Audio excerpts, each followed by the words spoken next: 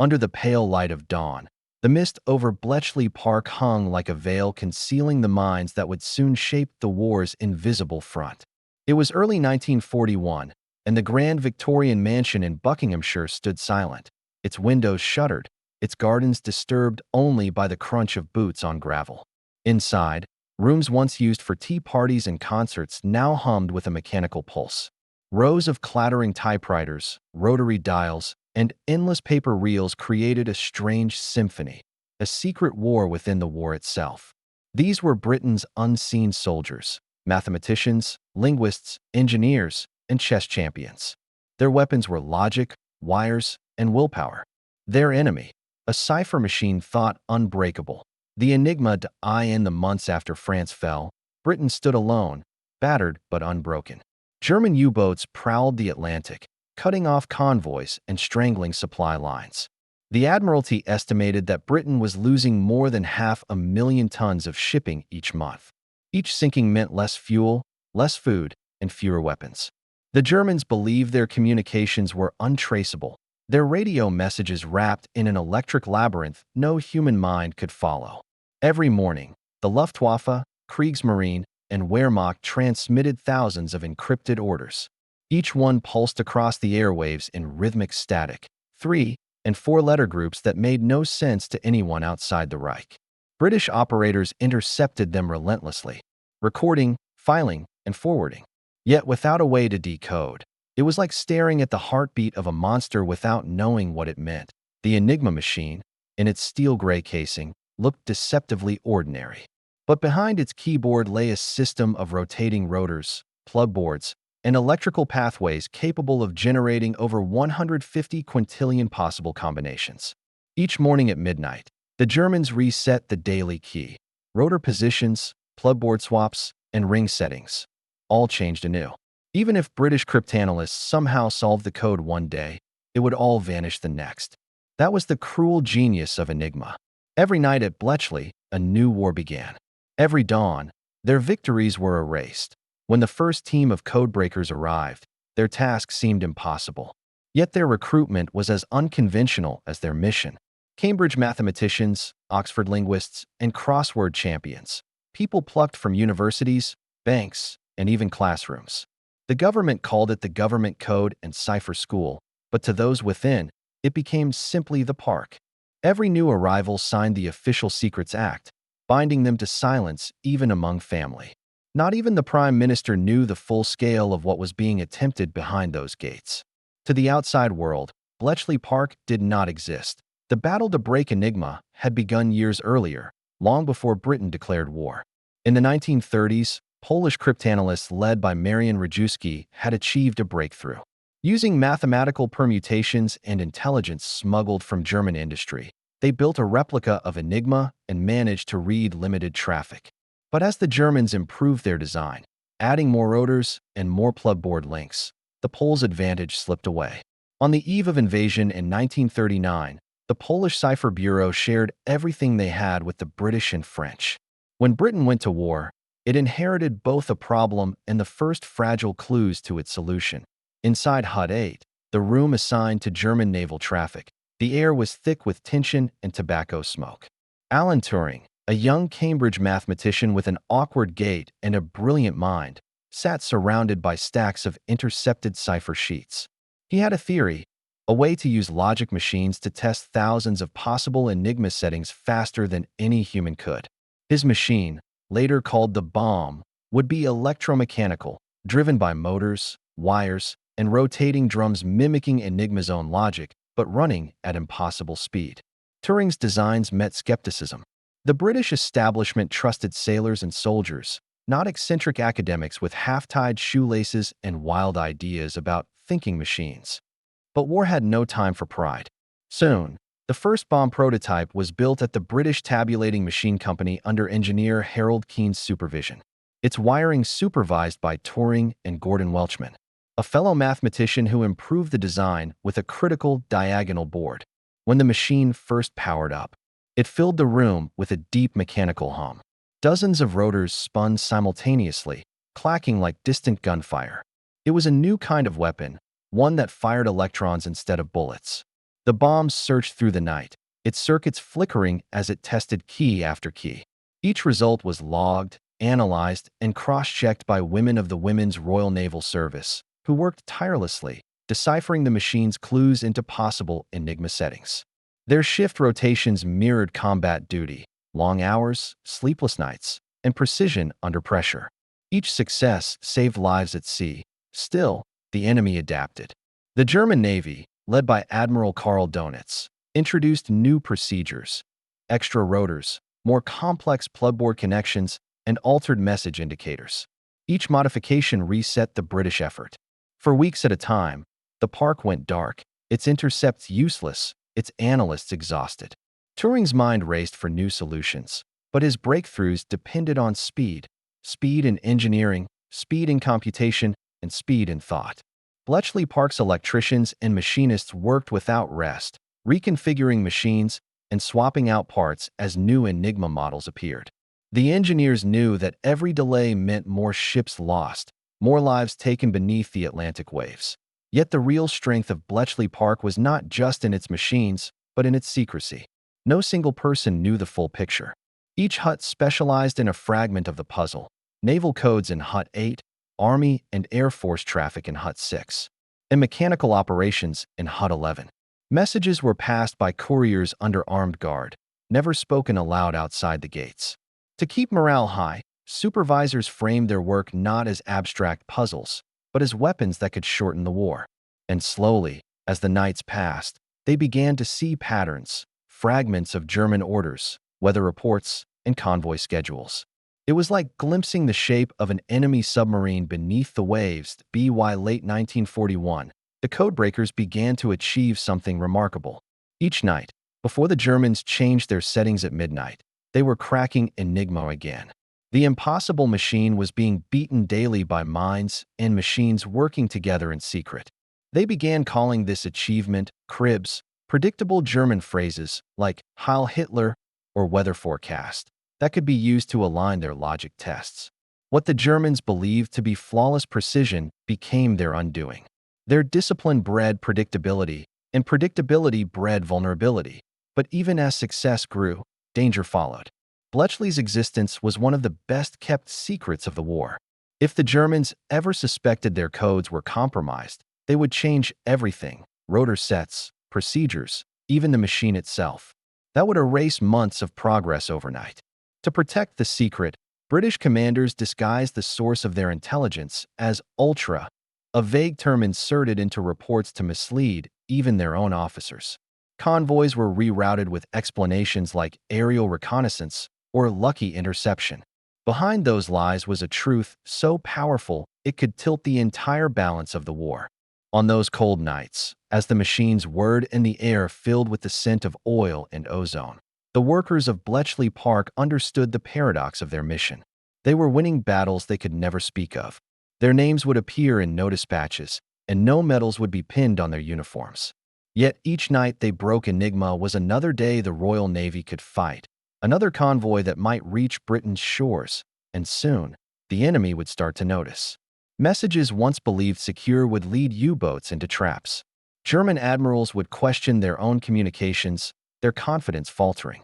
The Enigma's legend of invincibility was beginning to fracture, but the full story of how deep the secret ran, and how Britain's machines learned to outthink the Reich's, was only just beginning. The first true crack in Germany's armored wall of secrecy came not through luck, but through engineering and persistence. By early 1942, Alan Turing's machines had become a permanent fixture of Britain's intelligence network. The bombs were now being produced in quantity, assembled in shadowy workshops by the British Tabulating Machine Company and the Post Office Engineering Department. Each machine stood as tall as a man, with banks of spinning drums and tangled cords. When powered, they filled the air with a low, mechanical growl that echoed through the huts like an approaching storm. Yet behind every machine's hum were people, mathematicians fine-tuning logic paths, engineers repairing motors under dim bulbs, and the wrens who fed cipher strings into the machines hour after hour, their hands blackened by carbon ribbons and graphite dust. Each bomb was designed to mirror the logic of Enigma itself. The rotors turned at synchronized intervals, mimicking the German machine's electrical current, but testing thousands of combinations every second. If one circuit aligned with a possible match, a small light flickered on the control board. Operators would halt the machine, record the finding, and send it for checking. In one sense, this was automation's infancy, human intuition driving mechanical intelligence. The Germans, certain of their machine's perfection, could not imagine that their own logic would be weaponized against them. By mid-1942, Bletchley's workload had grown so vast that Turing and his colleagues requested expansion. The government responded with urgency. A new facility, known simply as Station X, was filled with bombs running day and night. Engineers like Gordon Welchman refined the circuitry, making the machines faster, more resilient to wear, and easier to rewire as new Enigma models appeared. The mechanical strain was enormous. Each bomb's rotating drum spun continuously, generating enough heat to warm an entire hut. Maintenance became a military operation of its own. Technicians swapped bearings, rewound motors, and replaced contacts without rest. The sound of clattering rotors became the heartbeat of an invisible war. Meanwhile, the Germans introduced the M4 Enigma for their U-boat fleet, adding a fourth rotor that threatened to blind Bletchley once more. Convoys in the North Atlantic began to suffer again. Merchant ships carrying food, oil, and ammunition were sunk in devastating numbers. The U-boat packs, coordinated through encrypted signals from Admiral Donit's headquarters, moved like wolves in the dark.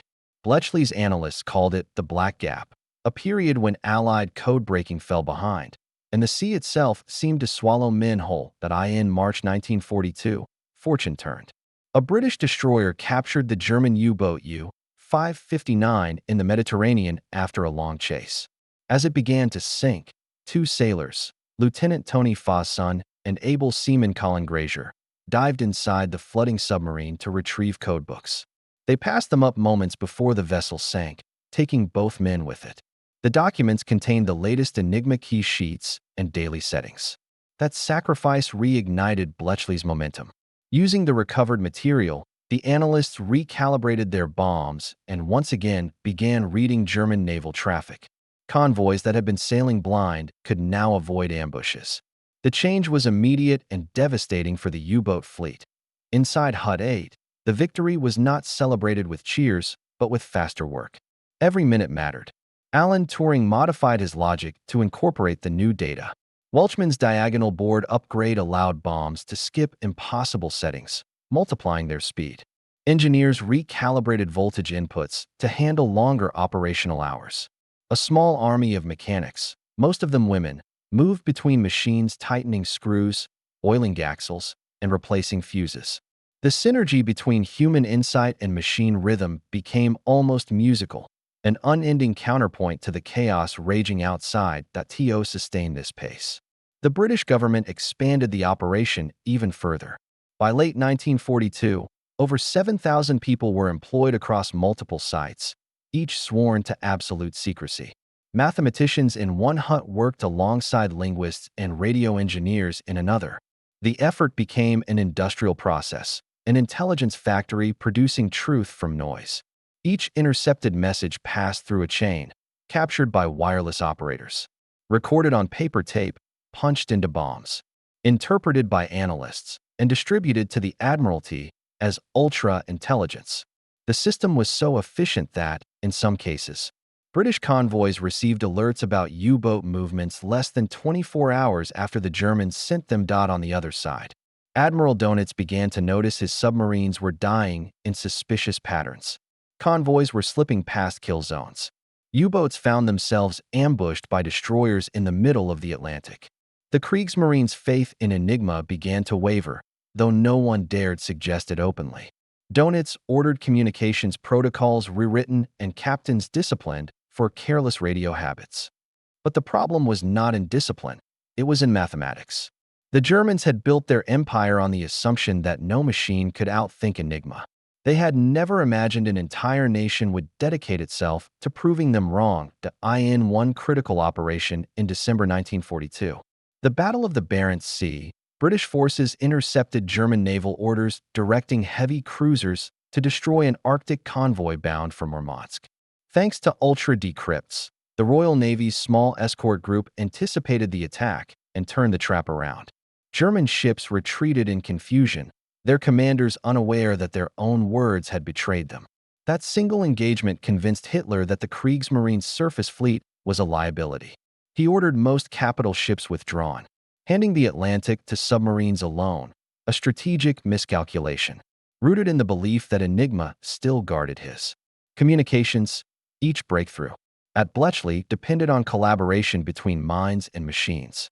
Alan Turing's logic, Gordon Welchman's circuitry, and Harold Keene's engineering converged into one relentless rhythm. The operators, mostly women under 30, kept that rhythm steady. They worked in 12-hour shifts, decoding fragments of death and victory. They could not tell anyone, not parents, not lovers, not even other huts, what they were doing. Some later said the silence was its own kind of battle. The weight of knowing lives were being saved by words they could never speak. WWII 1943. The bombs had become so numerous that new factories were needed. The British Post Office workshops in Birmingham turned into production lines for intelligence machinery. Every completed bomb received a serial number, a final inspection, and a cryptic destination: Bletchley, Eastcote, or Stanmore. Electricians connected miles of cables, and engineers fine-tuned the synchronization to the microsecond.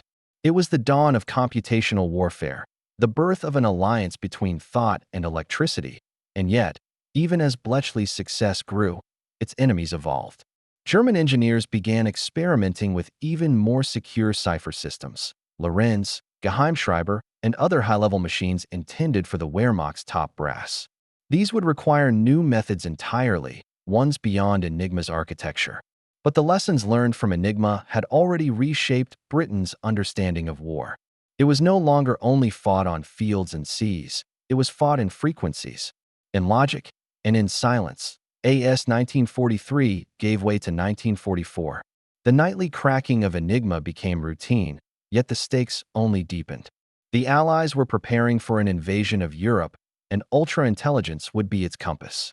Every decrypted order, every intercepted weather report, and every false radio transmission carried consequences measured not in numbers, but in lives. The machines kept spinning, the lights kept flickering, and the secret army of thinkers pressed on. They had transformed secrecy into a weapon, turning whispers into victory. But their greatest test, the storm that would decide the fate of Europe, was still ahead. And when it came, the invisible soldiers of Bletchley Park would guide the largest invasion in history, one keystroke at a time. By the spring of 1944, the world outside Bletchley Park trembled with anticipation. The Allied armies were gathering strength across Britain's southern coast, preparing for an assault that would decide the future of Europe. Inside the park, the Codebreakers knew that their nightly victories over Enigma had become more than intelligence work. They were now the invisible architects of D-Day.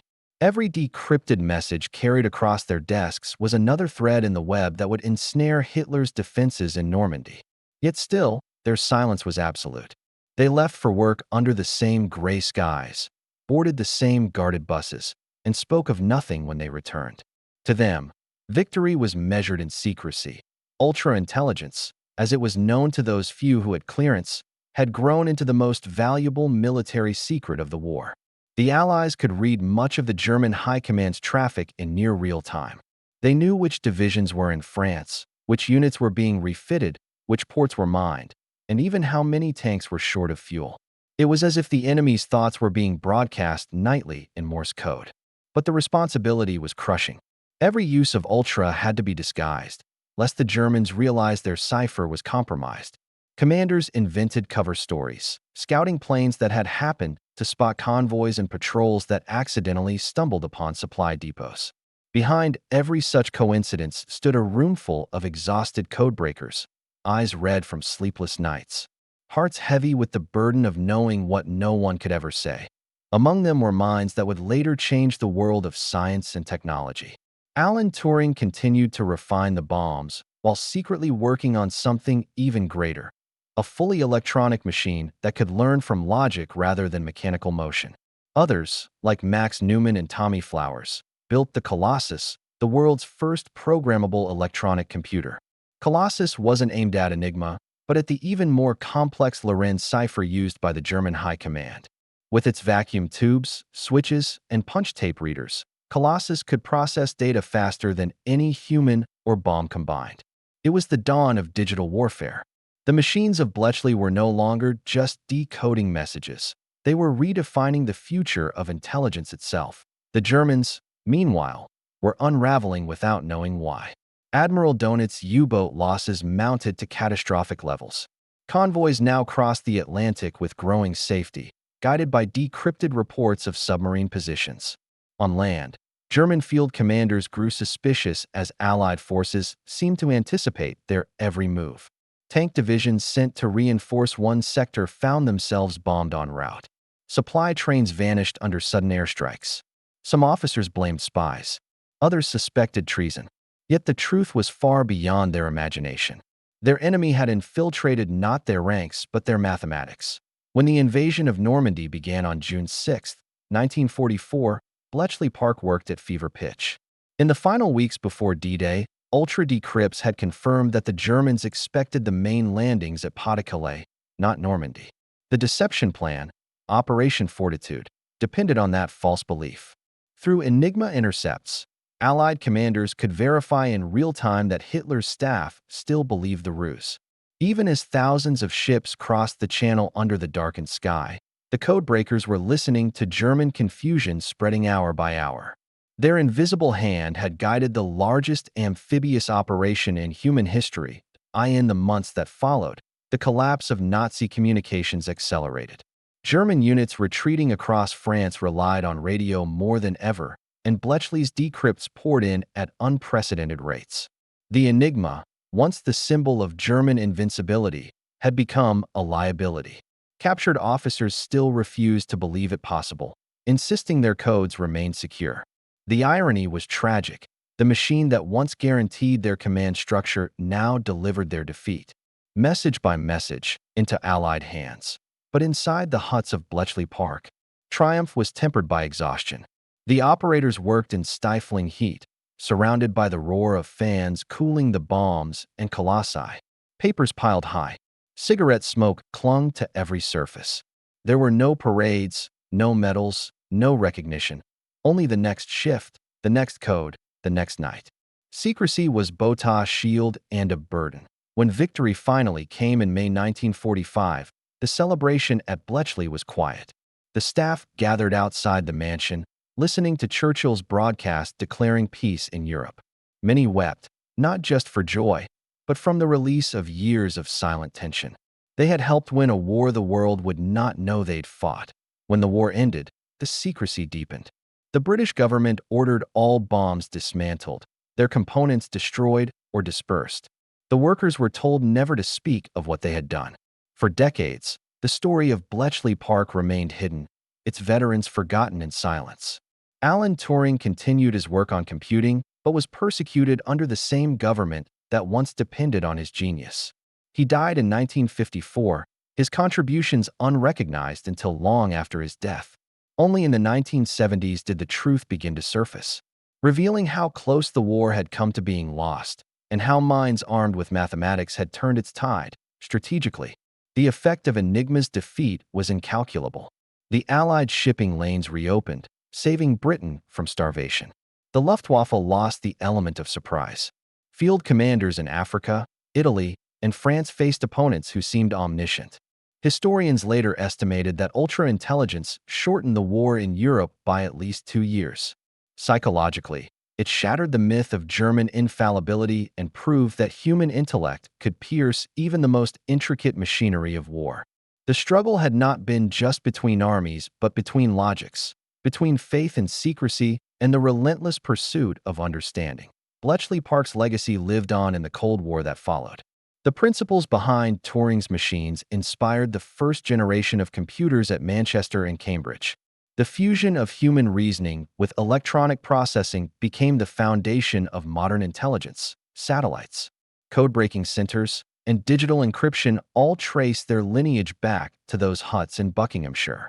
What began as an act of wartime desperation evolved into a revolution that reshaped civilization itself. Yet for those who had lived through it, the memory was quieter, more personal. They remembered the endless nights, the clatter of rotors, the feel of paper damp with sweat, and the thrill of a light flickering on a control panel signaling that one more secret had been unlocked. They remembered the fear of saying too much and the ache of knowing more than anyone else and being unable to tell a soul. Their war ended without fanfare, but its echoes reached into every corner of the modern world, as one of the veterans later reflected. Long after the secrecy had been lifted, we were never the heroes anyone saw. We were the silence that victory stood upon. It was a sentiment that captured the essence of Bletchley Park, the quiet courage of those who fought with thought instead of bullets, who rewrote the nature of warfare from the shadows in the end. The story of Britain's Codebreakers was not merely one of machines or mathematics, but of faith, faith that knowledge could defeat force, that intellect could overcome fear, and that in the darkest nights of war, the human mind could illuminate the path to freedom.